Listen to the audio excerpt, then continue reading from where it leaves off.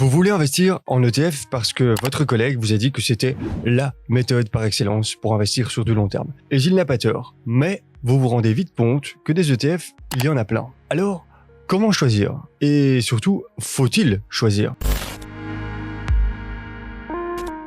Pour répondre à cette dernière question, oui, évidemment, il faut choisir. Beaucoup de gens font l'erreur de multiplier les ETF dans leur portefeuille, pensant qu'ils diversifient ainsi leurs investissements. Ce qu'ils ne réalisent pas, c'est que ces ETF se chevauchent très souvent. Vous vous retrouvez alors surexposé aux mêmes valeurs, aux mêmes actions, et vous ne diversifiez rien du tout. Vous augmentez juste vos frais et votre risque. C'est pour ça qu'il est crucial de bien choisir un seul ETF. Mais lequel ?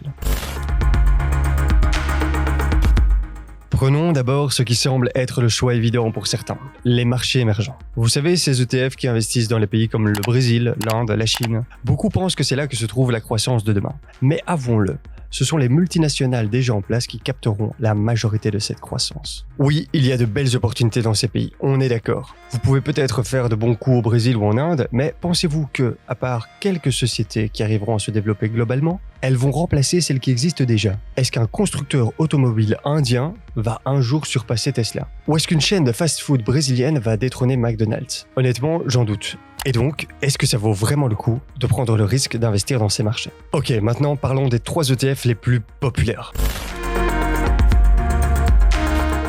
D'abord le MSCI World, très diversifié. Oui, mais il inclut des marchés émergents. Et au final, il est composé à 2/3 du S&P 500, pour finalement sous-performer ce même S&P 500. Vous l'aurez compris, moi je lui préfère directement le S&P 500. Parce que sérieusement, pourquoi investir dans un indice qui est principalement composé d'un autre, et auquel on ajoute plein d'autres indices, pour finalement, de toute façon, faire moins bien que l'original? Le S&P 500 est déjà super diversifié, donc selon moi, il n'y a pas match. Enfin, le S&P 500 contre le Nasdaq 100. Et là, mon cœur balance clairement vers le Nasdaq 100, je ne vous le cache pas. Pourquoi? Tout simplement parce que ses performances sont hallucinantes. 15% de rendement moyen sur les 17 dernières années. Et ce, même en prenant compte des événements comme la crise du Covid. Nous sommes en guerre.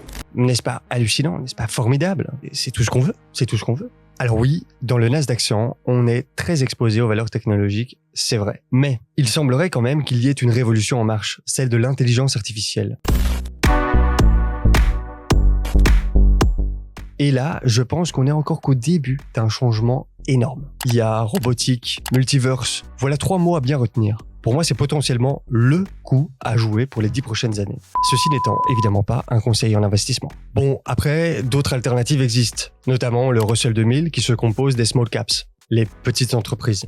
Tom Lee prétend que dès que les taux baisseront, on pourrait voir une majoration de 40% du Russell, car ce sont les petites entreprises qui profitent le plus des baisses des taux. Et vous savez que les baisses des taux, elles arrivent. Et puis, il y a aussi tous les ETF dérivés du S&P 500. Mais ça sera le sujet d'une autre vidéo. Merci d'avoir regardé, pensez à vous abonner et me dire en commentaire quel est votre ETF préféré. À très vite pour la suite.